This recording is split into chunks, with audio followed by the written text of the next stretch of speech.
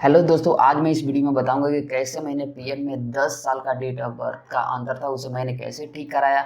और पीएफ में जो था फादर नेम वो था ही नहीं, बिल्कुल ऐसे ही ऐसे कुछ भी लिखा हुआ था, तो वो कैसे ऐड कराया और ये कितने टाइम लगे सही होने में और कौन कौन से डॉक्यूमेंट हमें जो है प्रूफ जो था वो सबमिट करना पड़ा और कहाँ से इसको साइन कराना पड़ा, कहाँ से इस डॉक्यूमेंट को बनवाना पड़ा, कितने सारे डॉक्यूमेंट थे, उस सारे सब कुछ प्रूफ जो है हमारे पास अवेलेबल है। वो मैं आपके सामने अभी मैं रखूंगा और ये भी समझाऊंगा कि कैसे इसको बनाना है और आपको कैसे सबमिट करना है, कहाँ से आप इसे प्राप्त कर सकते हैं। उस सारे डॉक्यूमेंट की लिस्ट यहाँ पे आपको दे दूंगा ताकि कि आपको कोई परेशानी ना हो। आपको अपने चाहे फादर नेम करेक्शन करा रहे हैं, चाहे डेट ऑफ बर्थ करेक्शन करा रहे हैं, और वो आराम से हो जाए। और जो है 3 से 4 5 6 महीने लोगों को लग जाते हैं, बिल्कुल नहीं लगेगा। आपको 10 से 15 दिन में ये करेक्शन हो जाएगा। अगर ये सारे डॉक्यूमेंट की लिस्ट आप देख लेते हैं और अच्छे बारीकी से समझ लेते हैं तो आप एक ही बार में सारी डॉक्यूमेंट आप अपने जो है पीएफ ऑफिस सबमिट कर पाएंगे और कम से कम समय में आप अपना जो है करेक्शन जो है पीएफ में करा सकेंगे। उसके बाद आप एलिजिबल हो जाएंगे,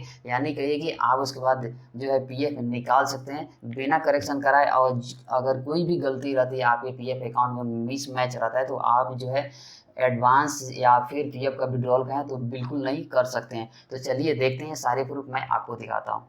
दोस्तों, मैं सबसे पहले आपको एक क्लैरिफिकेशन लेटर दिखा देता हूँ, क्योंकि पीएफ ऑफिस क्लैरिफिकेशन लेटर मांगती ही मांगती है।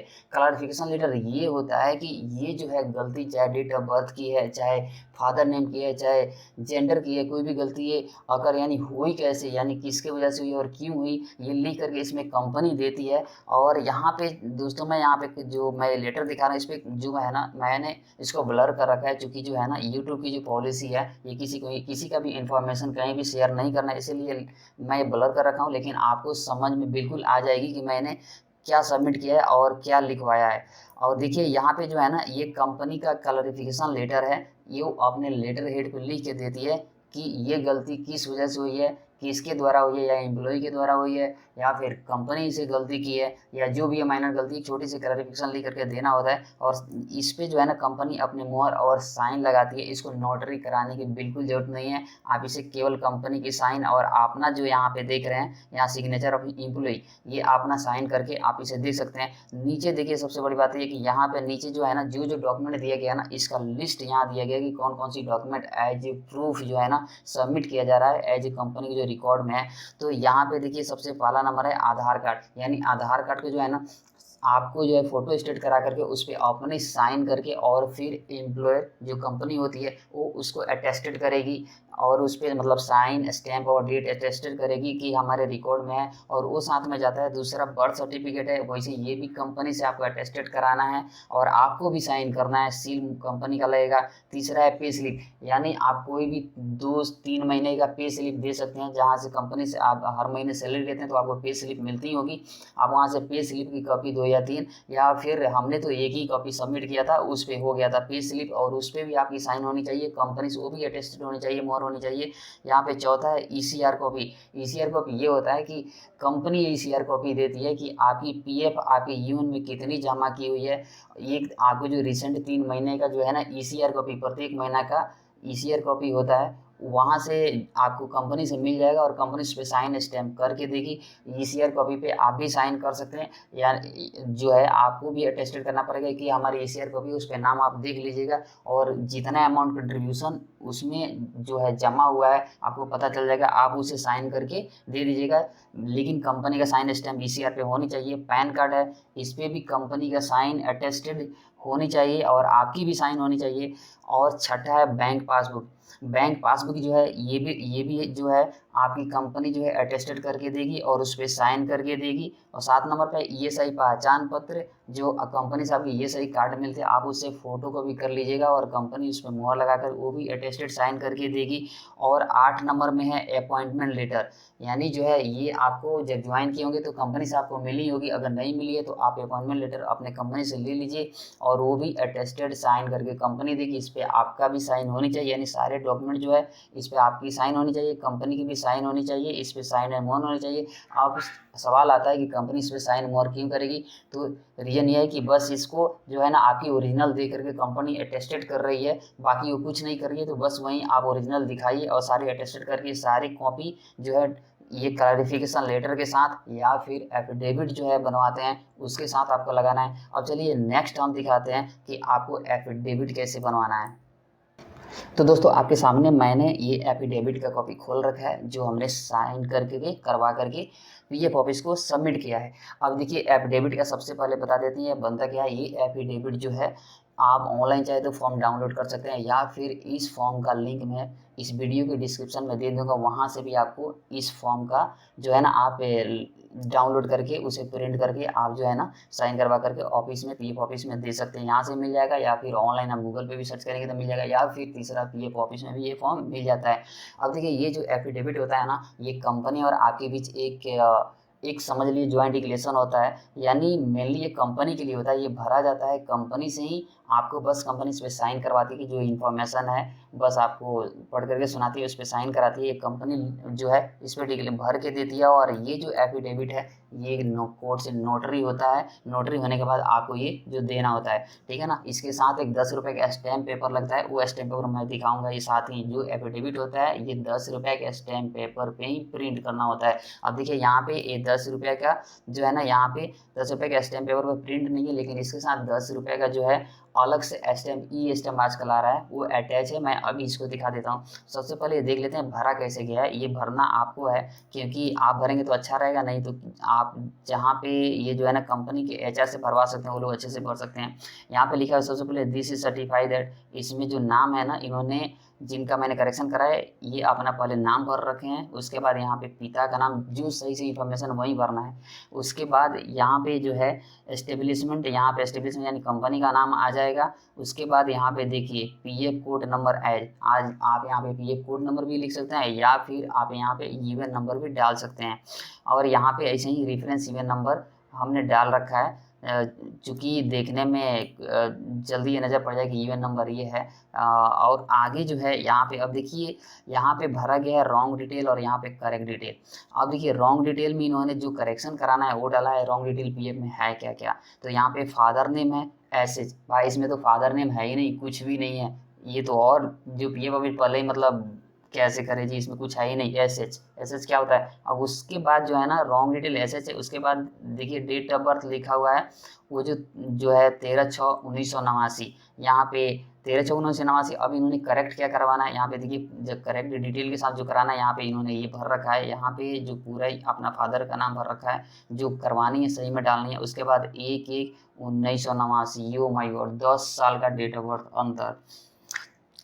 अब उसके बाद देखिए यहाँ पे आते हैं सबसे पहला पैराग्राफ में, तो दिस इज सर्टिफाइड दैट, यहाँ पे आपका नाम होगा सर्टिफाइड दैट। उसके बाद यहाँ पे आ जाएगा आपने कब से कब तक काम किया, ये कंपनी जो है आपको भर सकते हैं या फिर भी अपने पे स्लिप से भर सकते हैं। जब से ज्वाइनिंग और जब तक है टिल डेट, या फिर छोड़ दिए तो टिल डेट की जगह जब रिजाइन कर दिए वो डेट आएगा।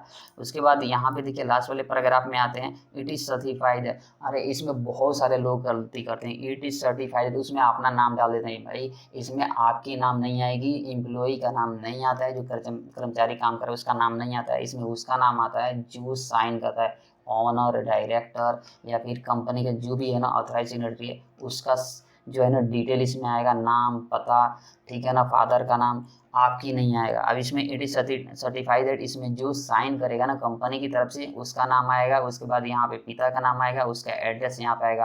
अपना नाम मत भरिएगा, कई सारे लोग ऐसे फॉर्म करके लाते हैं अपना ही डिटेल डाल देते हैं।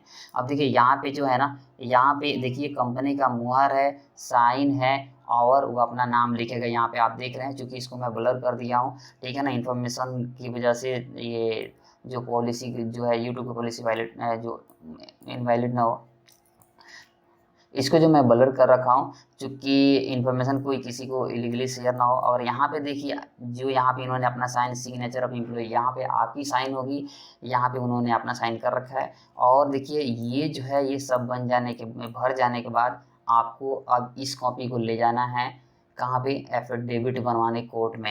इसी कॉपी को आपको लेके देखिए यहाँ पे लिखा है ना, यहाँ पे नोटरी किया हुआ है, यहाँ पे देख रहे हैं यहाँ पे मुहर लगी हुई है और यहाँ पे भी अटेस्टेड या नोटरी डेट वगैरह सब डाला हुआ है। अब अगला मैं दिखा देता हूँ इसी के साथ, जहाँ पे आप अगर कोर्ट में लेके जाते हैं नोटरी से अटेस्टेड करवाने इसको, वहीं पे आपको 10 रुपये का स्टैम्प पेपर बना देगा।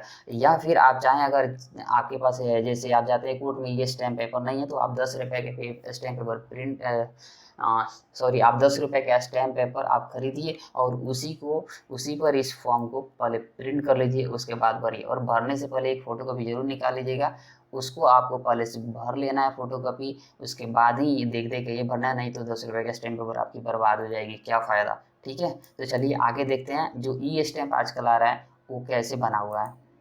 तो देखिए ई स्टैम्प आजकल ऐसे बन रहे हैं, आपको जो है ना यहाँ पे सबसे नीचे लिखा हुआ है 10 रुपये, 10 रुपये ओनली, यानी 10 रुपये का स्टैम्प पेपर नहीं देना है। ये आजकल ई स्टैम्प ऑनलाइन आ रहा है।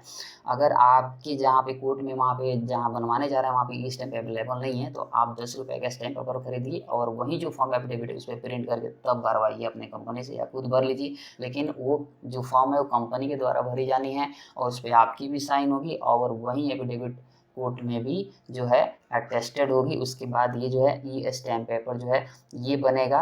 या अगर आप 10 रुपये का स्टैम्प पेपर प्रिंट किए हैं तो ये बनवाने की ज़रूरत नहीं है।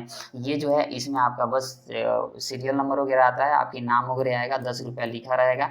ठीक है, और इसमें जो है ना ये जो है ना आप यहाँ पे लिख सकते हैं कि हम इसके साथ क्या क्या सबमिट कर रहे हैं। तो बर्थ सर्टिफिकेट और आधार कार्ड ये हमने जो है लिख रखा है कि ताकि हमें पता रहे कि हम इसके साथ क्या क्या सबमिट किए हैं, और बाद में अगर नहीं करेक्शन होता है पीएफ ऑफिस से तो हम जो है ना रीजनल ऑफिसर जो है उसको दिखा सके कि हम ये सारे डॉक्यूमेंट जो है ना सबमिट किया था एज ए प्रूफ, ताकि पीएफ वाले कहें नहीं कि भाई आपने कुछ सबमिट नहीं किया था। तो ये बस रेफरेंस आप इसे लिख भी सकते हैं या चाहे तो नहीं भी लिख सकते हैं, आप इतना ही बना करके दे सकते हैं। नोटरी जो यहाँ पे लगा हुआ है ये ऐसे आजकल ये स्टैम्प पेपर बन रहा है। और आगे कुछ जो डॉक्यूमेंट हमने क्या क्या सबमिट किया है वो मैं दिखा देता हूँ। तो एक और महत्वपूर्ण बात कि इसके साथ एफिडेविट के साथ एक ज्वाइंट डिक्लेरेशन फॉर्म भी जाएगा, जो पहले से ही भरा जा रहा था ज्वाइंट डिक्लेरेशन फॉर्म, वो तो आप जानते ही हैं। यहाँ पे जो है यहाँ पे आप देख रहे हैं कि यहाँ पे रीजनल पीएफ ऑफिसर जो है सेक्टर 24 नोएडा लिखा हुआ है, यानी ये यहीं पे ठीक कराना था इनका। तो यहाँ पे ये एड्रेस डाला हुआ है, यहाँ पे डेट है, यहाँ पे जो है आई यानी आपकी नाम आ जाएगी अगर आप करेक्शन करा रहे हैं। और नीचे वाले पे ये देख रहे हैं यहाँ पे कंपनी की एड्रेस और कंपनी का नाम आएगा। यहाँ पे करेक्ट डिटेल भर लेना है और यहाँ पे रॉन्ग डिटेल है वो भर लेना है। जैसे एफिडेविट में भरे हैं ना वही चीज़ इसमें भी कॉपी करना है, ज्वाइंट डिक्लेरेशन फॉर्म। ये कॉपी ये भी हमारे वीडियो के डिस्क्रिप्शन के लिंक में मिल जाएगी, मैं इसका जो है लिंक डाल दूंगा, या फिर आप गूगल से भी निकाल सकते हैं या पीएफ ऑफिस से भी मिल जाएगी। कई बार कंपनी में भी अवेलेबल रहता है, वहाँ से भी मिल जाएगी आपको। तो देखिए यहाँ पे करेक्ट डिटेल है ना, तो यहाँ पे सब भरना है। यहाँ पे इनका नाम जैसे इन्होंने भर रखा है, उसके बाद नीचे फादर का नाम भर रखा है, उसके बाद पीएफ नंबर, आप पीएफ नंबर के पास अगर पीएफ नंबर पता नहीं है तो आप यूएन नंबर भी डाल सकते हैं यहाँ पे वहाँ या। और यहाँ पे डेट ऑफ बर्थ जो करेक्ट होनी चाहिए ये भर लीजिए, डेट ऑफ ज्वाइनिंग ये भी भरना है इसमें।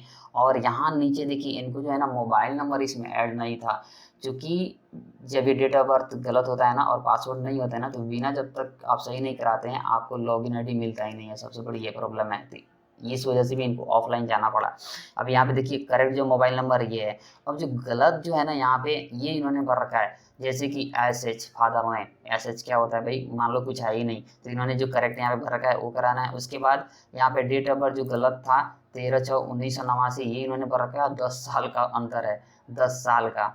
अब नीचे देखिए यहाँ पे जो गलत मोबाइल नंबर है, यानी मोबाइल नंबर उनका था लेकिन ये क्या हुआ था कि बंद हो गया था, जिसको वजह से इनको ओटीपी भी नहीं मिला था। तो उन्होंने फिर अपना साथ ही मोबाइल नंबर लिख दिया ताकि मोबाइल नंबर भी सही हो जाए। उसके बाद यहाँ पे ये जो है ना यहाँ पे ये साइन अपना खुद किए हैं और उसके बाद नीचे कंपनी का मुहर है और साइन है।